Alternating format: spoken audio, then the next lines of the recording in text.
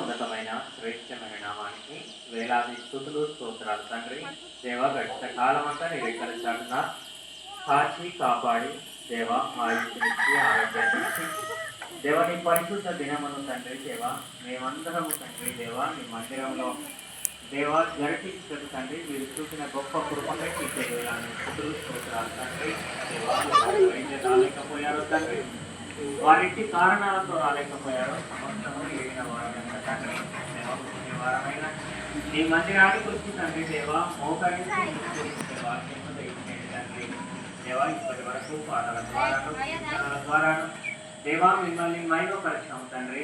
దేవా నీ అమూల్యమైనటువంటి మాటలు మా ఆత్మీయ జీవితానికి అవసరమైనటువంటి మాటలు తండ్రి. దేవా మమ్మల్ని నిత్య జీవానికి నడిపించే మాటలను తండ్రి మేము ధ్యానించుచుండగా తండ్రి దేవా నా సొంత జ్ఞానం చేత కాకుండా తండ్రి దేవ నీ మీద ఆధారపడి నీ పరిశుద్ధాత్మ సహాయం చేత తండ్రి మాతో మాట్లాడమని తండ్రి నీ పాదాలు పట్టుకొని అడుగుతున్నాం తండ్రి. దేవా చెప్తున్న నాకును వింటున్న నీ పిల్లలకును తండ్రి మంచి సమయోచితమైన జ్ఞానాన్ని ఇచ్చి దాన్ని అర్థం చేసుకునేటువంటి తెలివిని వివేకమును దయచేయండి తండ్రి. దేవ సంఘాన్ని సంఘ కాపరిని వారు చేస్తున్న పరిచర్యను చూసి దీనికి ఆశీర్వదిస్తారని మీ ప్రియకుమారుడు మాకు రక్షకుడు యేసుక్రీస్తు నామమున ఈ కొద్ది మనవులు అడిగి వేడుకొని పొందుకొని ఉన్నాం మా గొప్ప తండ్రి. ఆమేన్. క్రీస్తు నామంలో అందరికి వందనములు. ఈరోజు ఒక ఆత్మీయ జీవితానికి అవసరమైనటువంటి మాట, మనలను నిత్య జీవానికి నడిపించేటువంటి పాఠం ఏంటి అంటే పరిపక్వత లేని పరిశుద్ధ జనం. పరిపక్వత అనగానే మెచ్యూరిటీ అని ఇంగ్లీష్లో అంటాం. పరిపక్వత అంటే దేనినైనా కూడా అర్థం చేసుకునే స్థితిలోనికి రావడం పరిపక్వత అంటే. ఒక చిన్న పిల్లవాడు ఉన్నాడు అనుకోండి, ఆ చిన్న పిల్లవానికి అన్ని సంగతులు అర్థం కావు. శిశువుగా ఉన్నప్పుడు, బాలుడుగా ఉన్నప్పుడు ఆ యొక్క శిశువుకు అన్ని విషయాలు అర్థం కావు. కానీ వయస్సు పెరిగే కొలది ఆ పరిస్థితులను బట్టి అతని యొక్క మైండ్ ఏదైతే ఉంటుందో, మనస్సు ఏదైతే ఉంటుందో అది అభివృద్ధి చెందుతూ ఉంటుంది. అభివృద్ధి చెంది ఏమవుతుంది అంటే ఆ చుట్టుపట్ల ఉన్నటువంటి పరిస్థితులు ఏ విధంగా ఉన్నాయో ఆ పరిస్థితులను అర్థం చేసుకునేటువంటి స్థితిలోనికి వెళ్తూ ఉంటాం. కాబట్టి పరిపక్వత అనేది చాలా చాలా ప్రాముఖ్యం. కొంతమంది జీవితాల్లో చూడండి, చాలా వయసు వస్తుంది కానీ ఏ విధంగా మాట్లాడాలో, ఎవరితో ఏ విధంగా ప్రవర్తించాలో, ఏ సమయంలో ఏ పని చేయాలో వారికి తెలియదు. అలాంటి వారిని మనం ఏమంటాం? తెలివి లేని వారు. ఇంకొక మాటలో చెప్పాలి అంటే పిచ్చివారు అంటుంటాము. అంటే ఎందుకు ఆ మాట వారిని మనం ప్రస్తావిస్తాం, ఎందుకు ఆ విధంగా మాట్లాడతాము అంటే వారిలో ఏమీ లేదు, పరిపక్వత లేదు, వయస్సుకు తగ్గ ఆలోచించేటువంటి శక్తి వారిలో లేదు. పరిపక్వత అనేది చాలా చాలా ప్రాముఖ్యమైనటువంటిది. వయస్సు పెరిగే కొలది వాడి ఆలోచన విధానంలో మార్పులు రావాలి. 2 సంవత్సరాల వయసు వచ్చినా కూడా మన పిల్లవాడు ఇంకా మాట్లాడటం లేదు అంటే మనలో ఏం మొదలవుతుంది? ఒక టెన్షన్, ఒక భయం. ఏంటి 2 సంవత్సరాలు అవుతుంది, సంవత్సరానికే మాటలు మాట్లాడాల్సినటువంటి వారు 2 సంవత్సరాలైనా ఇంకా మాట్లాడటం లేదు ఏంటి? ఏదో లోపం ఉందా? సరిగా వాని ఎదుగుదల లేదా? ఆలోచించేటువంటి శక్తి లేదా అని మనం ఆలోచిస్తూ ఉంటాం. అంటే ఇక్కడ మనకు అర్థం కావాల్సినటువంటి విషయం ఏంటిది అంటే మన వయస్సు పెరిగిన కొలది, మన వయస్సు పెరిగే కొలది మనలో కూడా పెరగాల్సింది ఏంటి అంటే ఆలోచించేటువంటి సామర్థ్యం కూడా ఏం కావాలి? పెరగాలి, పరిపక్వత రావాలి. ఆ పరిపక్వత ఎప్పుడైతే మనకు కలుగుతుందో అప్పుడే మనము సంపూర్ణమైనటువంటి పిల్లలుగా, కుమారులుగా మనం ఉంటాం. సంపూర్ణమైనటువంటి ఒక మనిషిగా మనం ఉంటాం. మతి స్థీమత లేనటువంటి వారికి వారు ఎప్పుడు ఏం చేస్తున్నారో వారికి ఏమీ తెలియదు. వయసు పెరుగుతుంది, 30 సంవత్సరాలు వస్తారు, 40 సంవత్సరాలు వస్తారు, 50 సంవత్సరాలు వస్తారు. కానీ వారు చేసేటువంటివన్నీ పిల్ల చేష్టలు ఉంటూ ఉంటాయి. అప్పుడప్పుడు అంటుంటారు, అరే నువ్వు మనిషివి ఎదిగినావు కానీ నీకు ఏం ఎదగలేదు, బుర్ర తిరగలేదు అంటావానమా? అంటే పరిపక్వత అనేది చాలా ప్రాముఖ్యమైనటువంటిది. ఈ పరిపక్వత అనేది ఎంత ప్రాముఖ్యమైనది అంటే నువ్వు శరీర రకంగా ఎదుగుతున్నప్పుడు నీ మానసిక స్థితి కూడా ఎదగడమే పరిపక్వత. అదేవిధంగా ఆత్మీయతలో కూడా పరిపక్వత రావాలి మనకు. ఆత్మీయతలో కూడా మనము దినదినం ఏం కావాలి అంటే అభివృద్ధి చెందాలి. మన పిల్లవాడు ఎదుగుతున్నప్పుడు వాడు ఎదిగినటువంటి ఆ పరిస్థితిలో ఆ సంవత్సరాలు గడిచిన కొలది వానిలో పరిపక్వత రాకపోతే మనకు ఎంత భయం ఉంటుందో. భక్తి విషయంలో కూడా, దేవుని సన్నిధికి వచ్చేటువంటి విషయంలో కూడా, బాప్తిస్మం తీసుకున్న తర్వాత కూడా సంవత్సరాలు గడిచినా కూడా మనలో పరిపక్వత లేదనుకోండి, ఏమైనా ఉపయోగం ఉంటుందా చెప్పండి? ఉండదు. మన పిల్లల పట్ల మనం ఏ విధంగానైతే కంగారు పడతామో, మన పిల్లల పట్ల మనం ఏ విధంగానైతే టెన్షన్ పడతామో, మన పిల్లల పట్ల మనం ఏ విధంగానైతే ఆందోళన చెందుతూ ఉంటామో, అదే విధంగా పరలోకమందున్నటువంటి కన్న తండ్రి కూడా మన పట్ల ఆందోళన చెందుతున్నాడు. ఎందుకు ఆందోళన చెందుతున్నాడు అంటే మనలో ఏమి కనబడటం లేదు, ఆయనకు పరిపక్వత కనబడటం లేదు. నమ్ముకున్నప్పటి నుంచి ఇప్పటి వరకు మనము ఎదుగుతున్నాము, అనుభవంలోనికి వస్తున్నాము. అనుభవంలోనికి వచ్చిన తర్వాత నీవింకా ఆ మొదటి పాఠాలలోనే ఉంటే ఏమైనా ఉపయోగం ఉందా చెప్పండి? లేదు. ఏప్రిల్కు రాసిన పత్రిక 5వ అధ్యాయము 11వ వచనంలో, ఏప్రిల్కు రాసినటువంటి పత్రిక 5వ అధ్యాయము 11వ వచనంలో, ఇందును గూర్చి ఇందును గూర్చి అన్న దగ్గర ఫుట్నోట్లో ఏముంది చూడండి. ఇతనిని గూర్చి. ఎవరిని గురించి ఇతను? ఎవరు? యేసుక్రీస్తు. ఎందుకంటే మీరు 5వ అధ్యాయం మొదటి నుంచి చదువుకుంటూ వస్తే అదంతా ఎవరి గురించి ప్రస్తావించబడింది? యేసుక్రీస్తు. ఆయన శరీరధారి అయి ఉన్న దినములలో మహారోదనముతోను కన్నీళ్లతోను అనేటువంటి విషయాన్ని యేసుక్రీస్తు ఏ విధంగా శ్రమ పడ్డాడు, ఏ విధంగా కష్టపడ్డాడు అని ఆ 7-8 వచనాల్లో మనం చూస్తూ ఉంటాము. అలా చూస్తూ కిందికి వచ్చిన తర్వాత ఇక్కడ ఏమంటున్నాడు అంటే, ఇతనిని గూర్చి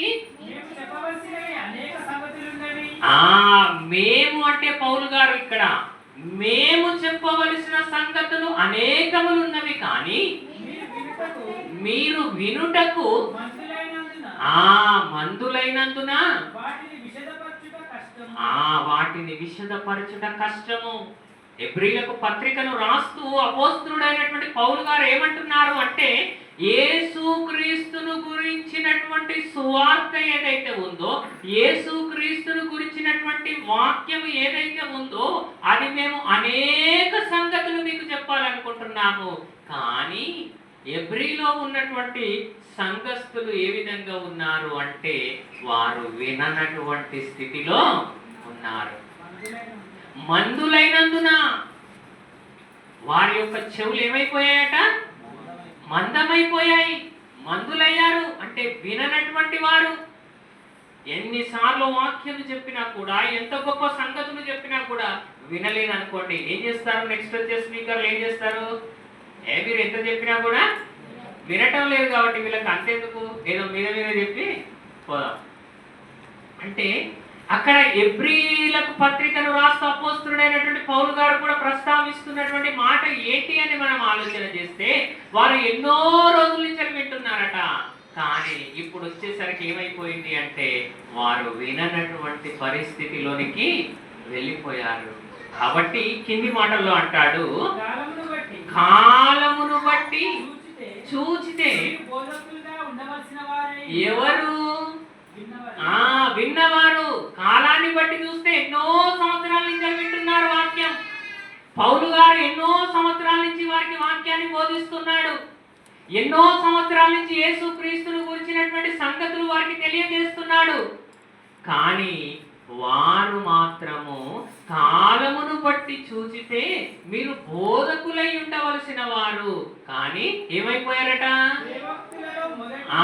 దేవోక్తులలో మొదటి మూల పాఠములను ఒకడు మీకు మరలా బోధించవలసి వచ్చెను.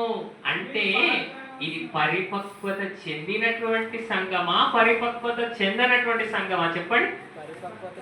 లేని సంఘం. వయసు పెరిగింది, ఎన్నో సంవత్సరాల నుంచి సువార్తను వింటున్నారు, ఎన్నో సంవత్సరాల నుంచి క్రీస్తు గూర్చినటువంటి సంగతులను తెలుసుకుంటున్నారు. అపోస్తలుడైనటువంటి పౌలు గారు వచ్చి వారికి సువార్తను ప్రకటిస్తున్నాడు. అయినా కూడా వారు బోధకులు కావాల్సినటువంటి పరిస్థితి ఉంటే వారు మాత్రం ఏ విధంగా ఉన్నారట అంటే దేవోక్తులలో మొదటి మూల పాఠాలు. ఏంటి మొదటి మూల పాఠాలు? మూలపాఠం ఏంటి? అప్పుడే దేవుని నమ్ముకోవాలనుకునేటువంటి వారికి, దేవుని నమ్ముకో అని చెప్పేవారికి మనం మొట్టమొదట ఏం చెప్తాము? యేసుక్రీస్తు రక్షణ సువార్త చెప్తాం కదా. యేసయ్య ఎందుకు ఈ లోకానికి వచ్చాడు, ఎందుకోసం తన ప్రాణమును పెట్టాడు, ఎందుకు ఆయన తిరిగి లేచాడు, ఇవే కదా మనం చెప్పేది. అంటే నువ్వు 10 సంవత్సరాలని కూడా మరలా బాప్తిసం క్లాసే చెప్పినావు అనుకోండి, మీకు 10 సంవత్సరాల తర్వాత కూడా బాప్తిసం క్లాసే చెప్తే అది పరిపక్వత పొందినట్ట, పరిపక్వత లేనట్ట? చెప్పండి. లేనట్టే. ఇంకా మొదటి మూల పాఠాలే. అందుకే 6వ అధ్యాయం మొదటి వచనంలో అంటాడు, కాబట్టి నిర్జీవ క్రియలను విడిచి. మళ్ళా ఏ పాఠం చెప్తున్నాడు 6వ అధ్యాయంలో? నిర్జీవ క్రియలను విడిచిపెట్టండి, మీ పాపాలను విడిచిపెట్టండి, మీ పాత జీవితాన్ని విడిచిపెట్టండి. మీరు లోకంలో ఉన్నన్ని రోజులు చేసిన ప్రతి తప్పిదం ఏదైతే ఉందో వాటన్నింటినీ, అన్నింటినీ నాశనం అయిపోయేటువంటి నిర్జీవ క్రియలను అన్నింటినీ విడిచిపెట్టి మారు మనసు పొందుటయు దేవుని యందు విశ్వాసమును బాప్తిస్మములను గూర్చి ఏం చేస్తున్నాడట? బోధయు హస్త నిక్షేపణమును మృతుల పునరుత్థానమును నిత్యమైన తీర్పును అను పునాదిని మరలా వేయక. అంటే మరలా వేయక అంటున్నాడు అంటే ఎన్నిసార్లు చెప్పుంటే ఆ మాట వస్తుందో చెప్పండి. ఇదే నీకు లాస్ట్, మరలా ఇది చెప్పించుకోకు నాతోటి అంటావా అనవా? అప్పుడప్పుడు అంటుంటా, వాడు ఎంత చెప్పినా మారలేదు అనుకో, అరే ఇదేరా నీకు చివరి అవకాశం, మరలా నాతో నీవు ఇలాంటి మాటలు మరలా నీవు చెప్పించుకోకూడదు. అంటే ఎబ్రీలో ఉన్నటువంటి సంఘానికి, ఎబ్రీలకు పత్రికను రాస్తూ అపోస్తలుడైనటువంటి పౌలు గారు అంటున్నటువంటి విషయం ఏంటిది అంటే వారు పరిపక్వత లేనటువంటి వారుగా ఉన్నారు, బోధకులుగా ఉండవలసినటువంటి వారు కాలాన్ని బట్టి చూస్తే. కానీ వారికి ఆ మొదటి మూల పాఠములను ఏం చేయాల్సి వస్తుంది? మరలా బోధించవలసి వస్తుంది. మారు మనస్సును గురించి చెప్పాల్సి వస్తుంది, బాప్తిస్మం గురించి చెప్పవలసి వస్తుంది. మరణం తర్వాత మరొక జీవితం ఉంది. యేసుక్రీస్తు ఏ విధంగా పునరుత్థానుడై 3వ దినమున లేచాడో ఆ విధంగా మీరు కూడా లేస్తారు అని చెప్తున్నారు. అంటే వారు ఎంత దీన స్థితిలో ఉన్నారు ఒకసారి ఆలోచన చేయండి. 1వ తరగతి చదివిన వారికి ఆలు నేర్పిస్తాం కదా, వాడు 10వ తరగతి పోయినాక కూడా వానికి ఆలే నేర్పిస్తున్నాం అనుకోండి, వాటిలో ఏమైనా పరిపక్వత వచ్చినట్ట? లేదు. ఇక్కడ కాలంను బట్టి చూస్తే వాళ్ళు ఏం కావాలట? బోధకులు. కాలాన్ని బట్టి చూస్తే బిషపులు కావాలి. కానీ 20 సంవత్సరాలైన వాక్యం వింటారు, కానీ దేవుని గురించి ఒక మాట చెప్పంటే మాత్రం ఎవరికి కూడా నోరు రాదు. అంటే ఏమి లేదు, వారిలో పరిపక్వత లేదు. నీ కుమారుడే 2 సంవత్సరాలు అయితే మాట్లాడకుంటే నువ్వు బాధపడితే పరలోకమందున్న కన్న తండ్రి 10 సంవత్సరాల నుంచి వాక్యం వింటున్నావు, వాక్యం తెలుసుకుంటున్నావు, అనేక సేవకుల ద్వారా వాక్యాన్ని నీవు అర్థం చేసుకుంటున్నావు, సేవకులు వచ్చి నీకు బోధిస్తున్నారు. అయినా కూడా నీవు ఇంకా ఆ మొదటి స్థితిలోనే ఉంటే ఉపయోగం ఏముంది చెప్పండి? పరిపక్వత లేనటువంటి వారం, కానీ పేరుకు మాత్రం ఏ జనంగా పిలువబడుతున్నాం మనం? పరిశుద్ధ జనం. ఎందుకంటే ఆయన పరిశుద్ధుడు గనక ఆయనను స్వీకరించిన మనం కూడా ఏ విధంగా ఉండాలనుకుంటున్నాం? పరిశుద్ధులుగా ఉండాలనుకుంటున్నాం కదా. ఆ పరిశుద్ధ జనముగా పిలువబడుతున్నటువంటి మనలో మరి పరిపక్వత ఏది ఒకసారి ఆలోచన చేయండి. మనలో అభివృద్ధి ఏది? పరిపక్వత అంటే మీకు తెలవాలంటే అభివృద్ధి, డెవలప్మెంట్. ఈ రోజు ఈ పని చేసామంటే రేపు దీనికంటే ఇంకా కొంచెం మంచి పని చేయాలి. ఈ రోజు ఈ ఆలోచన చేశామనుకోండి, ఏదైనా తప్పిదం జరిగితే దానిని సవరించుకొని మనం ఏం చేయాలంటే మరలా ఆ తప్పు జరగకుండా ఇంకా ఉన్నతమైనటువంటి ఆలోచన చేయాలి. అది పరిపక్వత, అది పరిపక్వత, మెచ్యూరిటీ. దైవత్వంలో, ఆత్మీయతలో పరిపక్వత అనేది చాలా చాలా ప్రాముఖ్యం.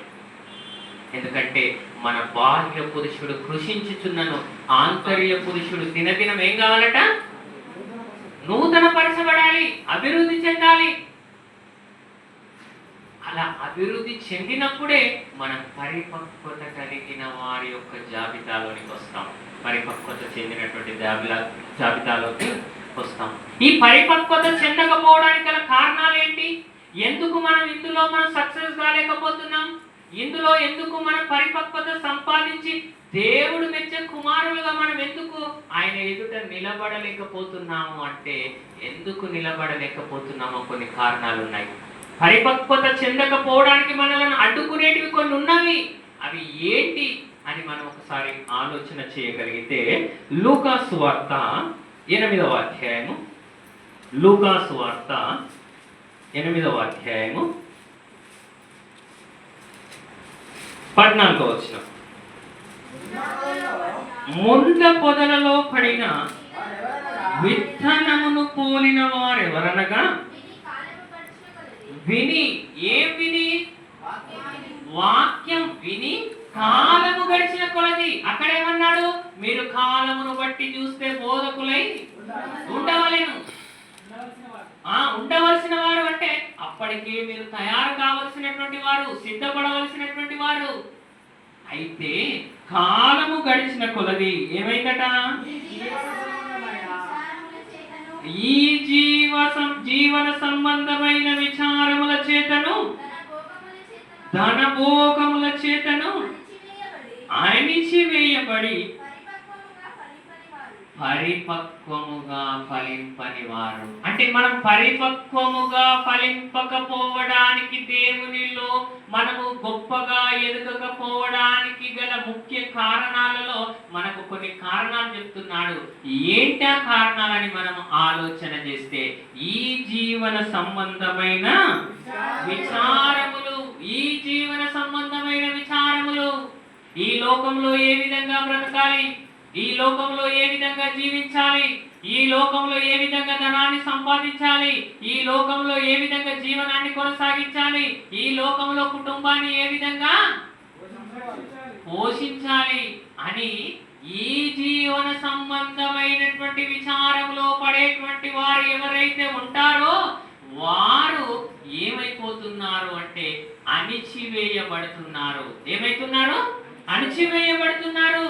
వారు పరిపక్వముగా ఫలింపలేకపోతున్నారట. ధనభోగములు, ఈ లోక సంబంధమైనటువంటి విచారములు ఏం చేస్తున్నాయి అంటే మనము ఆత్మీయతలో పరిపక్వత సాధించకపోవడానికి కారణాలు అవుతున్నాయి. అది చాలా ప్రమాదకరం. ఈ జీవన సంబంధమైనటువంటి ఆశలలో మనం పడిపోతే, ఈ జీవన సంబంధమైన వాటి వైపునకు మన మనస్సు వెళ్ళింది అనుకోండి, మనము బోధకులము అయ్యేటువంటి అవకాశము లేదు. కాలమును బట్టి చూస్తే మనం ఏం కావాలి? బోధకులం కావాలి. అంటే మైకు పట్టుకొని చెప్పిన వాళ్ళందరూ బోధకులు, మేము బోధకులం కాదనుకోకండి. ఎవరు బోధకులు? యేసుక్రీస్తు వాక్యము నీ పక్క వారికి నువ్వు బోధిస్తే నువ్వు ఎవరు అనిపిస్తావు? బోధకుడమే. నీ బంధువులకు, నీ రక్త సంబంధికులకు, నీ తోటి వారికి ఎవరికైతే యేసుక్రీస్తును గురించిన సువార్తను నీవు బోధిస్తావో, ప్రకటిస్తావో, అప్పుడు నీ బోధకుడిగా పిలువబడతావు. ఈరోజు మనం చేస్తున్నాం ఆ పనిని? చేయటం లేదు. ఏం చేస్తాము? ఈ జీవన సంబంధమైనటువంటి వాటిలో పడిపోయాం. విచారములు, ఆ విచారముల చేత ఏమైపోయిందట? ఆ విత్తనము అణిచివేయబడింది కదా. ఆ విత్తనం నుంచి వచ్చినటువంటి ఆ మొక్క ఏమైపోయిందట? అణిచివేయబడింది కాబట్టి అది పరిపక్వముగా ఏం కాలేదు? ఫలింపలేదు. పరిపక్వముగా ఫలించే వారంగా మనం ఉండాలి. పరిశుద్ధ జనం ఎప్పుడు కూడా పరిపక్వంగా మనము ఫలించే వారంగా ఉండాలి తప్ప మనము పరిపక్వత లేనటువంటి వారిగా ఉంటే మాత్రం అది చాలా ప్రమాదకరం. ఏంటిదంటే ఇంకొక మాట ఏమంటున్నాడు? ఇంకొక మాట, అదే ధనభోగముల చేతను అణిచివేయబడి పరిపక్వముగా ఫలింపని వారు. అంటే ఈ జీవన సంబంధమైన విచారాలు కొన్ని ఉన్నాయి, ధనభోగముల గురించి కొన్ని ఉన్నాయి. అందులో పరిపక్వముగా ఫలించకుండా వెళ్ళిపోయినటువంటి వారిలో మొట్టమొదటి ఎవరు వస్తారు అంటే కొత్త నిబంధనలో మనకి ఇస్కరియోతు యూదా కనిపిస్తాడు. ఇస్కరియోతు యూదా కూడా ఏమయ్యాడు అంటే పరిపక్వముగా ఫలించలేకపోయాడు. ఎందుకు అంటే ధనం మీద ఆశపడ్డది. దేని మీద ఆశపడ్డది? ధనం మీద ఆశపడింది, డబ్బు సంచి మీద ఆశపడింది. ఏ విధంగానైనా యేసుక్రీస్తును 30 వెండి నాణెములకు అమ్ముకోవాలనేటువంటి ఆశ పుట్టింది. ఆయన అప్పగిస్తే నాకేమైనా ఇస్తారా అన్నాడు అంటే ఆయన పరిపక్వత చెందినవాడా, పరిపక్వత చెందనివాడా? ఒకసారి చెప్పండి.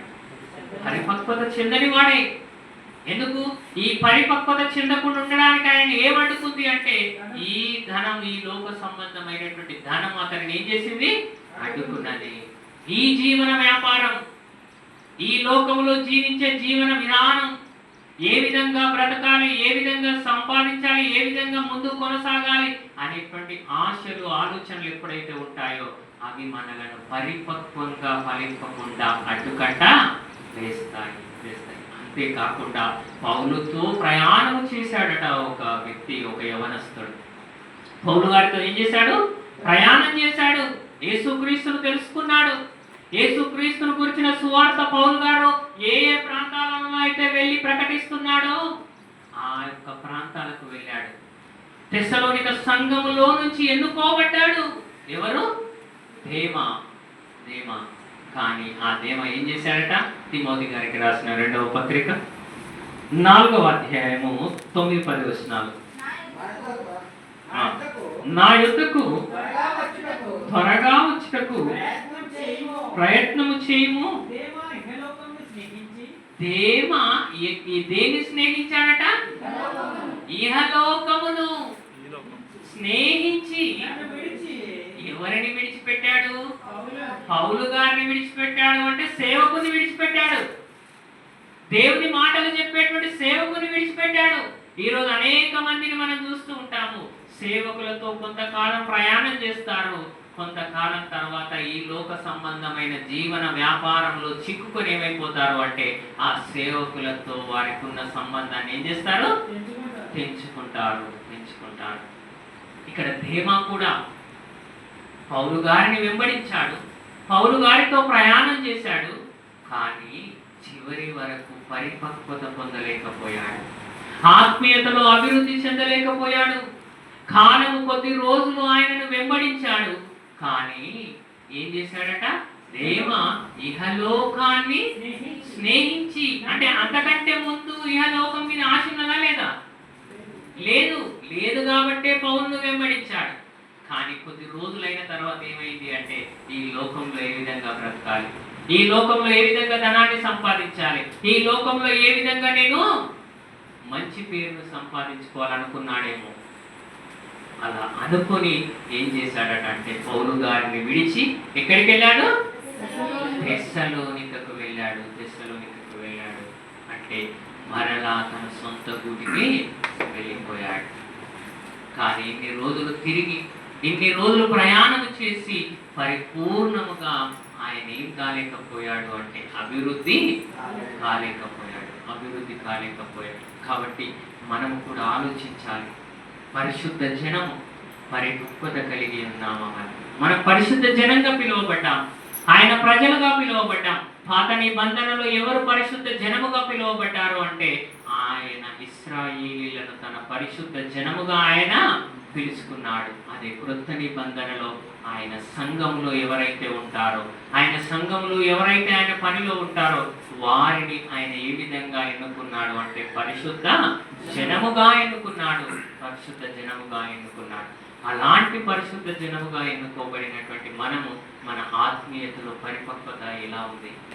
ఈ ఆత్మీయతలో పరిపక్వత లేకపోవడానికి ఇంకా చాలా కారణాలు ఉన్నాయి. ఏంటి ఆ కారణాలని మనము ఆలోచన చేయగలిగితే యాకోబు గారు రాసినటువంటి పత్రిక 3వ అధ్యాయము యాకోబు గారు రాసినటువంటి పత్రిక 3వ అధ్యాయము